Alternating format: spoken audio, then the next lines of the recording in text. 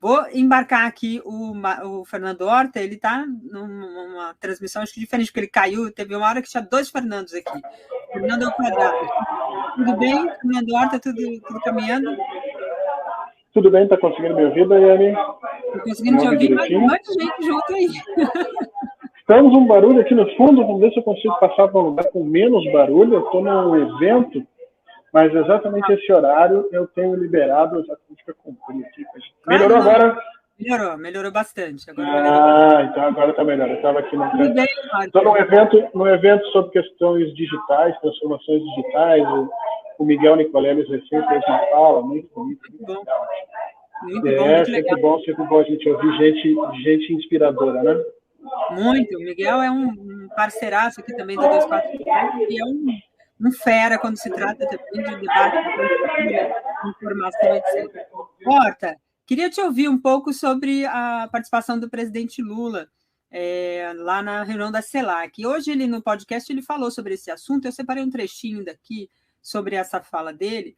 Eu separei alguns trechos aqui, mas vou tratar disso contigo sobre a reunião. Vou colocar e a gente volta a conversar. Vamos escutar aqui o que o presidente falou. É importante dizer para o povo brasileiro que havia 8 anos que essa reunião não acontecia. Por irresponsabilidade do golpe e depois pelo que aconteceu depois de 2018 no Brasil. E é muito importante porque aqui você está numa reunião que participam todos os presidentes da Europa e participam todos os presidentes da América Latina e Caribe. É a oportunidade não apenas de você fazer acordo, discutir ações conjuntas dos 2 continentes, discutir política de investimento, como é extremamente importante você fazer reuniões bilaterais com os presidentes para que você discuta a aproximação do Brasil com o mundo. Eu tenho feito muitas bilaterais, ao todo eu acho que vai dar 8 bilaterais, ou seja, com os presidentes dos partidos que a gente tem interesse de conversar e outros que têm interesse de conversar com o Brasil, e é extremamente importante para o futuro da nossa política. Nós concluímos a pauta do Mercosul, já enviamos para os presidentes do Mercosul, ela não vai ser discutida aqui porque não é a CELAC que tem que fazer o acordo, é só o Mercosul. Mas eu estou achando a reunião extraordinária. Eu fico muito feliz com o carinho que as pessoas tratam à volta do Brasil. É como se fosse uma coisa nova que estivesse chegando a participar da reunião, todo mundo muito feliz, e eu sinto muito orgulho de ser brasileiro por conta disso. Ou seja, as pessoas gostam do Brasil, as pessoas querem estar com o Brasil, as pessoas querem visitar o Brasil, as pessoas querem que o Brasil visite os seus países, e, portanto, eu acho que nós vamos fazer encontros extraordinários e vamos fazer com que a imagem do Brasil melhore diante do mundo. Inclusive, tivemos uma reunião com França, com Colômbia, com Argentina, com o representante do negociador das oposições na Venezuela, com a vice-presidenta, para discutir um pouco a possibilidade de normalizar a situação na Venezuela. Tudo isso aconteceu dentro de um espaço em que a gente não precisa sair para lugar nenhum. Já visitei o rei da Bélgica, o rei belga, já visitei o primeiro-ministro, ou seja, é uma coisa extraordinária. Aí, o presidente Lula fez 8 encontros e ele falou dessa reunião que trata sobre a Venezuela, ela já surtiu efeito, né? já produziu resultados, está aqui, Brasil, Argentina, Colômbia, França e União Europeia pedem acordo com eleições justas na Venezuela e o fim de sanções. Então, é um caminho, né, que o debate, o diálogo sempre ficou muito interditado em relação a essa questão da Venezuela. O presidente Lula entra com uma posição muito clara do ponto de vista diplomático, né, de ajustar e dar independência para os países resolverem internamente suas questões, não é com intervenção, com ações de ingerência, e, ao mesmo tempo, consegue produzir documentos, ações, clima, né, para que o debate exista e que as coisas avancem, né, Horta? Pois é, o presidente redirecionou, né, redirecionou a atuação dele nos últimos tempos centrou cada vez mais na questão da América Latina e, especificamente, naquilo que o Brasil sempre ofereceu de melhor para o sistema internacional, que é a capacidade de conversar, a capacidade de ouvir em grande medida, porque, às vezes, as pessoas pensam, especialmente no norte global, que conversar significa ser ouvido. E, na realidade, o presidente traz um pouco essa perspectiva de conversar também é saber ouvir, é saber entender o outro, saber tomar um certo cuidado para que a nossa voz não tire a voz do outro ou o espaço do outro. Né? O Brasil volta com essa perspectiva, o presidente deixa isso muito claro, uma forma muito pedagógica dele, né? onde ele está ali estabelecendo uma solução que é por demais simples, né, para um problema gigantesco da América Latina, que era o como tratar a Venezuela. Então, o presidente dá aula nesse quesito de pedagogia e sempre dizendo que o Brasil voltou. Isso é muito importante, a nossa capacidade de ouvir, a nossa capacidade de sentar na mesa e reconhecer que existem questões que são importantes que sejam debatidas pelo povo venezuelano, é essencialmente aquilo que o Brasil pode trazer para o sistema internacional de mais importante. Então, nos deixa muito felizes que estão deixando o presidente voltar a ouvir. Isso é importante, né? A gente tinha esquecido disso. Parece que todo mundo quer falar, mas efetivamente pouca gente quer entender o outro. É legal esse aspecto que você nos traz, né, de ouvir, né? Ainda mais na diplomacia. A diplomacia, isso é muito importante. Trazendo aqui para o nosso caminho mais doméstico, eu puxei o título do programa de hoje tratando de uma pesquisa da IPEC que mostra que a confiança dos brasileiros no presidente atinge o seu maior nível desde 2012. Segundo essa pesquisa, o IPEC era o antigo IBOP, né? E aí o texto aqui da nossa matéria destaca o seguinte: credibilidade atribuída ao presidente marca 50 pontos na escala do Índice de Confiança Social, ICS, e 9 a mais do que já registrado em 2022, o último ano de gestão de Jair Bolsonaro. O presidente Lula também tem reforçado essa confiança também, né? Esse otimismo em relação ao que pode ser feito e principalmente as ações daquilo que o governo precisa negociar, conversar, disposição em fazer e tal. Isso também é importante, né? O presidente diz, eu confio nisso, eu estou contente com isso, acho que isso é bom. Isso é importante também para que as outras pessoas olhem e falem, bom, vamos deixar o homem trabalhar, né? Que era aquilo que as pessoas em geral diziam para uns e outros aí, mas esse efetivamente trabalha, né, Horta? Então, Daiane, o presidente resgata essa função pedagógica contra as vacinas. Está conseguindo me ouvir? Voltou. Que joga todo um país contra as vacinas, que joga o país contra a ciência, que joga o país uns contra os outros, né? Que joga o país contra o meio ambiente. Ou você pode ser um presidente que inspira, que traz confiança, que diz, olha, a gente vai conseguir ultrapassar esse tipo de coisa. E vamos combinar, né, Daiane, que com o Campos Neto no Banco Central, a gente precisa de muita confiança e muita inspiração. Né? O presidente vai ter que se virar nos 30, porque é difícil você trazer confiança com uma taxa de juros da ordem de 13,75. Não é uma coisa que a gente possa simplesmente abstrair e a economia começar a crescer. Não, o presidente precisa realmente fazer esse discurso. Não é novo esse discurso, né? Vamos lembrar que foi isso que ele fez lá em 2008, quando a crise começou a pegar. Ele saiu pelo Brasil dizendo que era uma marolinha, que as pessoas continuassem consumindo, que o governo ia dar condições para que a economia continuasse andando da melhor maneira possível, e foi o que aconteceu, né? Então, o resgate dessa função pedagógica da presidência da República, eu acho que talvez seja a coisa mais importante que hoje o presidente Lula nos dá. Vamos dizer que não é o resgate especificamente, porque Bolsonaro também usou essa função, mas o resgate para coisas construtivas, o resgate para um Brasil melhor, um resgate para uma vida melhor, porque o Bolsonaro também usou isso, né?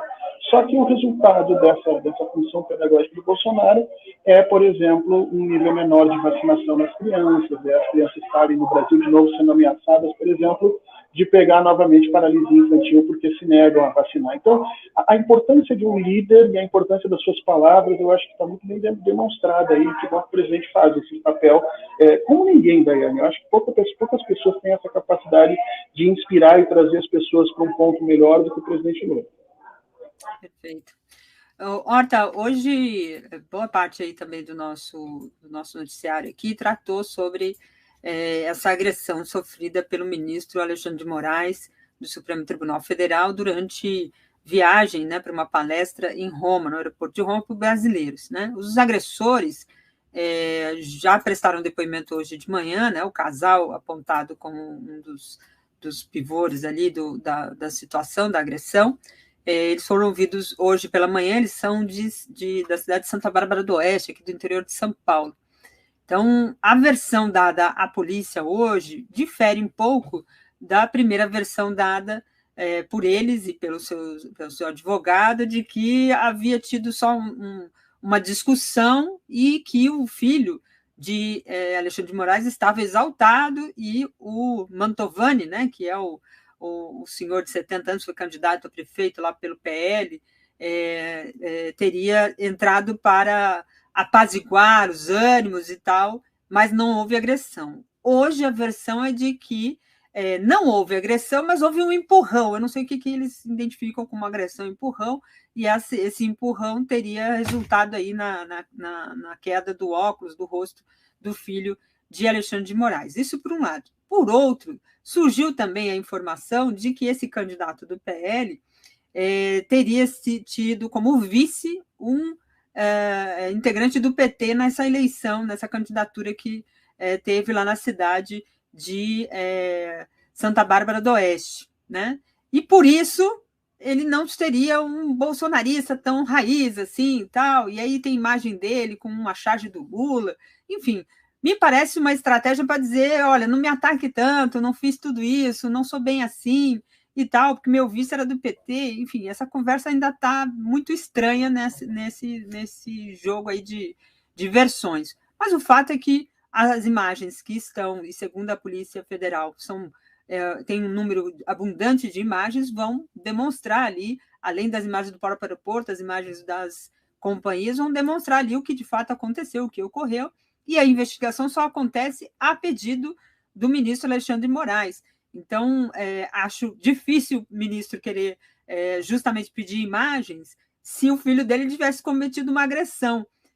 E se o filho dele tivesse cometido a agressão, ela seria por qual razão? Né? Por que ele ia agredir alguém se não tivesse sido justamente por uma reação a alguma coisa? Então, tudo isso, claro, a polícia vai investigar. Queria que você falasse um pouco sobre essa situação. Muitos têm falado aqui, Horta, que não pode ficar impune. Você concorda com isso? Daiane, eu acho que o bolsonarismo está mais vivo do que nunca, né? A gente está vendo uma resiliência muito forte dessa estrutura bolsonarista, sempre buscando aí um espaço de legitimação, sempre buscando um espaço de ação que seja justificável aos moldes deles, às percepções deles, e justificando isso de algumas maneiras que nós não concordamos. Quer dizer que empurrão não é violência. É o quê?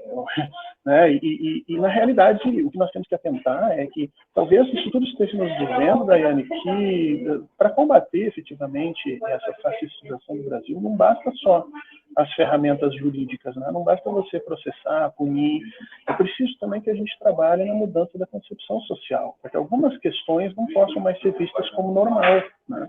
Nós temos que entender efetivamente que esse tipo de agressão tem que voltar a ser proscrito como comportamento social no Brasil. Tudo que foi permitido pelo bolsonarismo fazer, nós temos que retroagir, temos que voltar e dizer, olha, não, isso não é mais possível, né? Agora, o que chama a atenção é que tu já viu algum bolsonarista, algum dessas criaturas reconhecerem que fizeram alguma coisa equivocada? Não. Eu nunca vi, Daiane. Eles sempre é só liberdade de expressão, sempre se defenderam, né? Nunca. Quando acontece alguma coisa muito estranha, eles estão sob efeito de forte medicação, né, Daiane? A gente já sabe disso. Atos de racismo é sempre com efeito de medicação, todo mundo se safa. Então, eu estou esperando, daqui a mais um pouco vai vir a narrativa do efeito de medicação, e que, obviamente, quando os vídeos começarem a aparecer demonstrando que era um processo de violência e que essa violência tende a crescer, eles vão continuar se defendendo dessa mesma maneira. É importante que a gente trabalhe questões educacionais e de informação para a transformação social, para que a gente tenha esse tipo de comportamento como algo proscrito, Daiane. Eu já tinha, em algumas outras situações, perguntado se não haveria uma forma da gente colocar, por exemplo, assédio digital, assédio midiático na lei, entende? Para evitar esse tipo de posicionamento que fez o crescimento da MBL, que fez o crescimento de alguns desses canais que se utilizam dessa mesma perspectiva, né? Fazem um ato performático, atacam alguém, ameaçam alguém, filmam, lucram com isso e vivem dessa lucratividade, né? Nós temos que fazer alguma coisa, pensar algum mecanismo que proibisse esse tipo de situação, porque eu acho que isso reduziria bastante a visibilidade desse tipo de coisa e colocaria, talvez, essa posição bolsonarista um pouco mais acuada. Agora, não nos enganemos, né?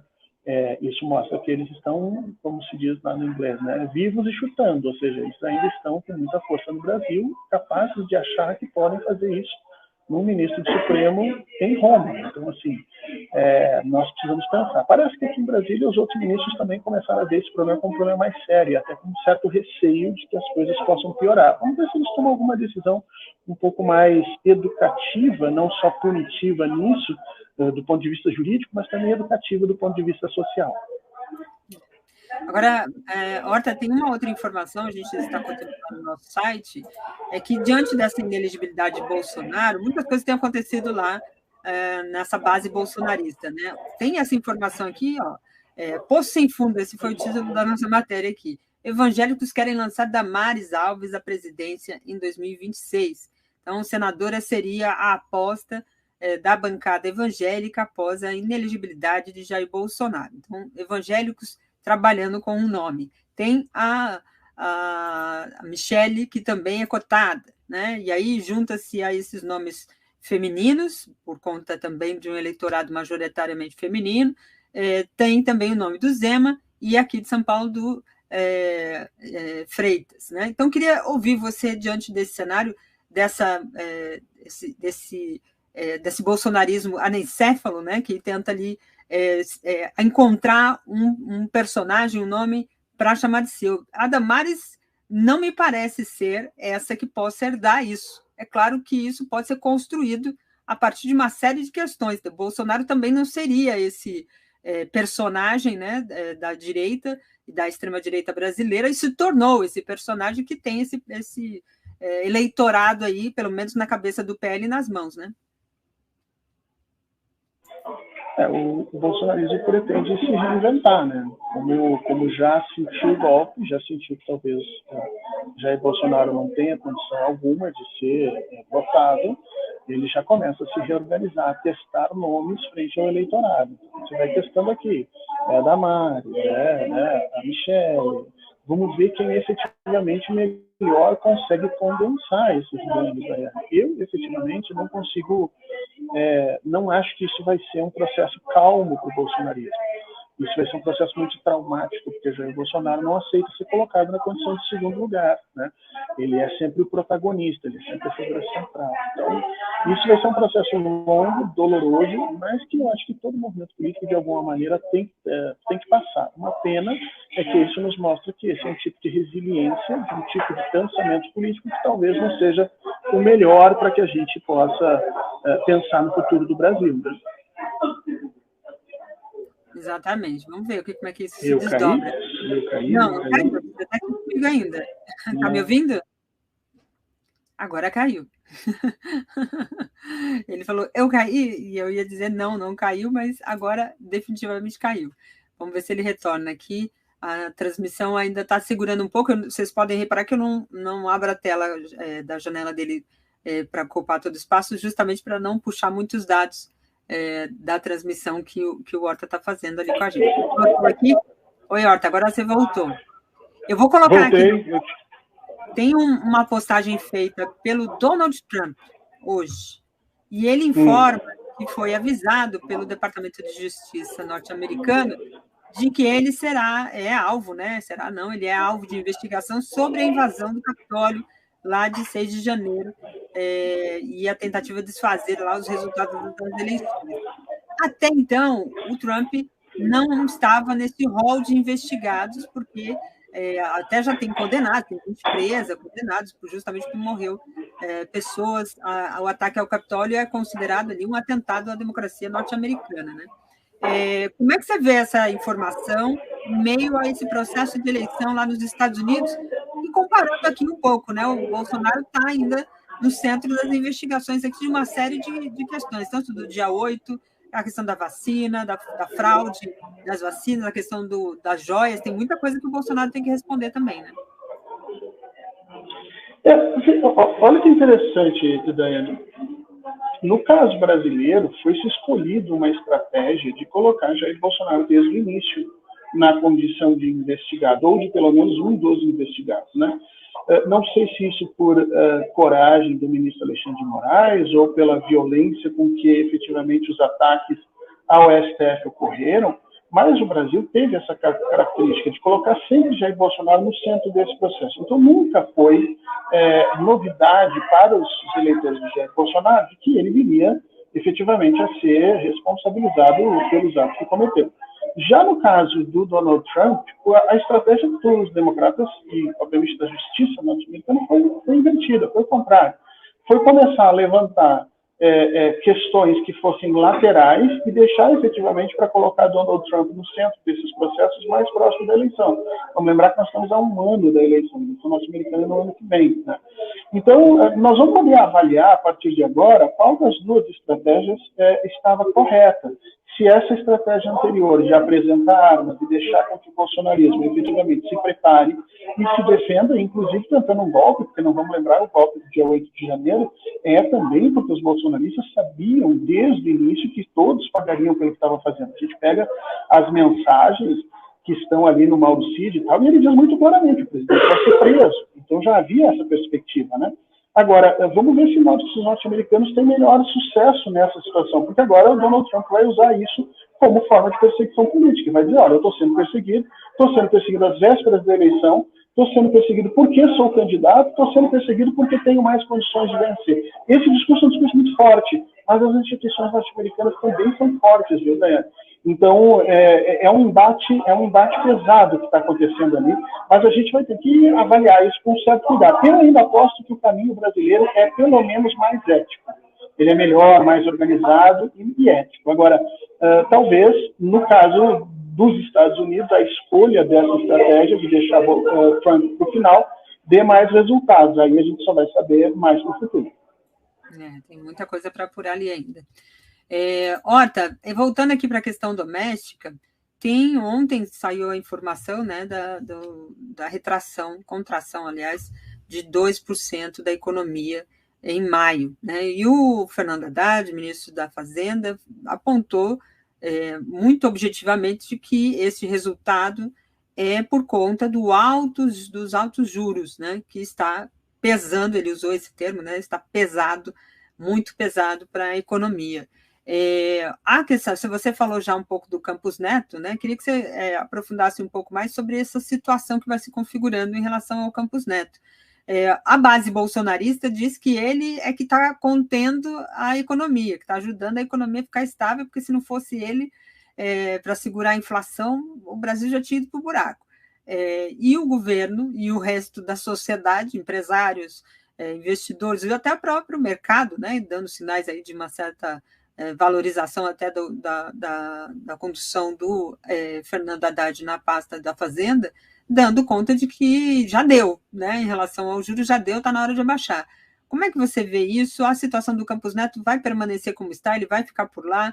A introdução de 2 indicados aí do governo para o Conselho vai ajudar a amenizar um pouco esse comportamento? Como é que você vê essa situação econômica, hein? Eu não tenho nenhuma esperança de que os 2 indicados do governo consigam modificar as decisões do Copom. Acho que o governo caminha nessa direção, mas ainda são muito poucos, se não me engano, são 8 pessoas ou 9 pessoas que votam ali. É um número bastante grande, os indicados do governo não fazem pressão nesse processo ainda. Agora, sempre há a possibilidade do contraditório, do convencimento, o que eu penso que deva ser uma política a médio e longo prazo. O problema é que o Brasil precisa reduzir esses juros a curtíssimo prazo. Eu tenho defendido em vários lugares que o presidente construa um painel demonstrando o quanto de prejuízo o Campos Neto já deu para o Brasil, né? o quanto esses juros gigantescos já nos barrou crescimento, já nos prejudicou efetivamente a geração de empregos e uma série de outras coisas que dá para a gente medir já, Daiane. E lutar por algo mais do que simplesmente a saída de Campos Neto. Eu acho que o presidente podia encampar uma luta um pouco maior, que é o retorno do Banco Central ao controle do governo eleito, que é um absurdo a gente continuar nessa ideia de um Banco Central independente. Porque se nós perguntarmos, ele é independente do quê? Ele é independente da democracia. É a única coisa que ele é independente, porque ele é totalmente dependente do mercado, ele é totalmente dependente dos interesses políticos bolsonaristas que ainda mandam na instituição, ele é só independente do presidente que foi eleito. Então, o Senado tem que se debruçar sobre essa questão e verificar se esse é um modelo que deu resultado, que trouxe algum tipo de vantagem para o Brasil. E acho que o presidente devia entrar um pouco mais de sola nessa briga, com dados específicos a respeito disso. Já é possível demonstrar que Campos Neto é, sim, o maior sabotador geral da República. É o grande freio na economia brasileira. O dado que saiu esse mês já é um dado que assusta e que prejudica. E faz muito bem o ministro Fernando Haddad ao apontar o dedo para os juros e dizer, olha, isso é função diretamente do Campos Neto. Agora, claro, do outro lado, os bolsonaristas vão dizer qualquer coisa para continuar sabotando o governo. O que é importante, Daiane, as pessoas têm que entender aqui, é que até 2024 essas questões fiquem, de alguma maneira, contrárias aos interesses do governo. Né? Para os bolsonaristas, é importante que até 2024 o presidente Lula tem que se desencilhar dessa malha dessa rede, né, que está puxando o Brasil para o fundo, que é os juros altos controlados pelo Banco Central. Porque assim o bolsonarismo consegue colher um pouco desses votos a partir da figura efetiva, aliás, a partir do projeto das eleições. Né? Então, se o governo consegue se desvencilhar disso mais rápido. Eu não tenho esperança. Acho que não vai rolar, mas o presidente Lula já deu demonstrações de sobra que é capaz de fazer coisas que a gente não acredita. Verdade. Falando em presidente Lula, vou voltar aqui sobre o podcast dele. Ele falou hoje pela manhã sobre a questão da visão que os países têm, os países europeus, né, têm dos países latinos, principalmente, que é extrair as suas riquezas, o que tem de minério, por exemplo, a matéria-prima, e mandar para eles. E eles lá produzirem os seus produtos e mandarem de volta para cá ou manterem lá no seu país, gerando empregos lá, manutenção de empregos lá. Ele fala sobre esse assunto, dizendo que há uma mudança nessa visão e como os países mais pobres podem trabalhar com isso. Vou assistir e queria te ouvir aqui sobre isso. Acho que o mundo está muito otimista, está tendo um discurso novo na União Europeia que é importante as pessoas prestarem atenção. Na União Europeia agora, o discurso da moda é o seguinte: os países que têm materiais críticos ou minérios, por exemplo, urânio, lítio, mesmo que tem minério de ferro, que tem bauxita, que tem, sabe, eles estão agora com o seguinte discurso: esses países não podem exportar minério. Eles precisam fazer a transformação no seu país para poder ter indústria, para poder gerar emprego, para poder melhorar, sabe, a capacidade de rentabilidade do país. Então, agora, qual é o nosso discurso para a União Europeia? Então, agora nós queremos que vocês financiem a construção das fábricas que nós precisamos para fazer esse processo de transformação.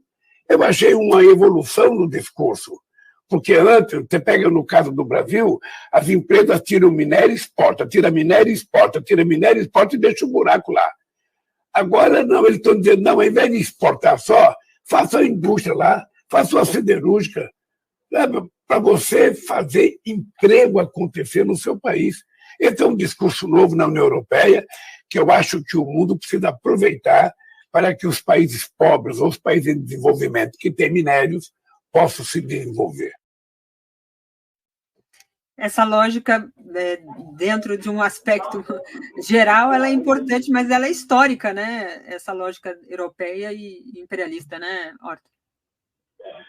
Isso aí é uma armadilha, Daiane, uma armadilha muito perigosa. Tá? No século XIX, quando efetivamente o processo de geração de valor era a industrialização, os países do norte exigiram que as indústrias fossem nos seus territórios e que as colônias virassem apenas espaços de espoliação, de extrativismo. Né? Hoje, o processo de geração de valor é em cima das questões digitais. A indústria material não é mais essencial. Né? Essa indústria mais bruta de transformação. Então, o que os europeus estão dizendo? Estão cedendo a possibilidade dos países desenvolverem essas indústrias, que já não são mais tão lucrativas, enquanto eles retêm aí sim o conhecimento sobre as grandes transformações digitais, conhecimento sobre a produção de materiais específicos e sobre informação. Então, essa é uma armadilha de subdesenvolvimento. Então, assim, fica parecendo que nós estamos nos desenvolvendo, mas, na realidade, o objetivo da Europa e, obviamente, dos países do Norte é continuar mantendo essa distância entre aqueles que detêm as tecnologias de ponta e, efetivamente, o caminho de desenvolvimento que hoje gera mais valor e as migalhas que podem ser feitas em outros países. É como se eles estivessem recolocando o colonialismo calibrado, Daiane. Um colonialismo calibrado para um mundo digital, um colonialismo calibrado para essa indústria 4.0. Já que eles estão desenvolvendo robótica, engenharia de polímeros em alto nível e trabalhando com as questões digitais, bom, agora vocês podem ter aí nos países de vocês siderurgia fina, metalurgia fina, vocês podem trabalhar com coisas que antes não podiam. É uma armadilha, de novo, colonialista, é uma armadilha perigosa que a gente não deveria cair. É preciso que a gente sim desenvolva essas ferramentas básicas de produção dentro dos nossos estados, mas é preciso que a gente corra atrás dessas questões digitais, para que efetivamente a gente entre no século XXI não como um arremedo do colonialismo do século XIX, mas com reais capacidades de desenvolver os nossos países. Muito bem. Horta, eu queria muito agradecer a sua participação, seu esforço em estar aqui com a gente, mesmo aí numa atividade. Bom evento, bom trabalho. A gente se fala na semana que vem. Obrigada. Obrigado, Daiane. Desculpa a conexão, é que as coisas aqui acabaram acontecendo um pouco à revelia do que eu tinha planejado. Mas espero que não tenha acontecido nada demais. Um grande beijo para vocês, um beijo para quem está nos acompanhando. Até a semana que vem.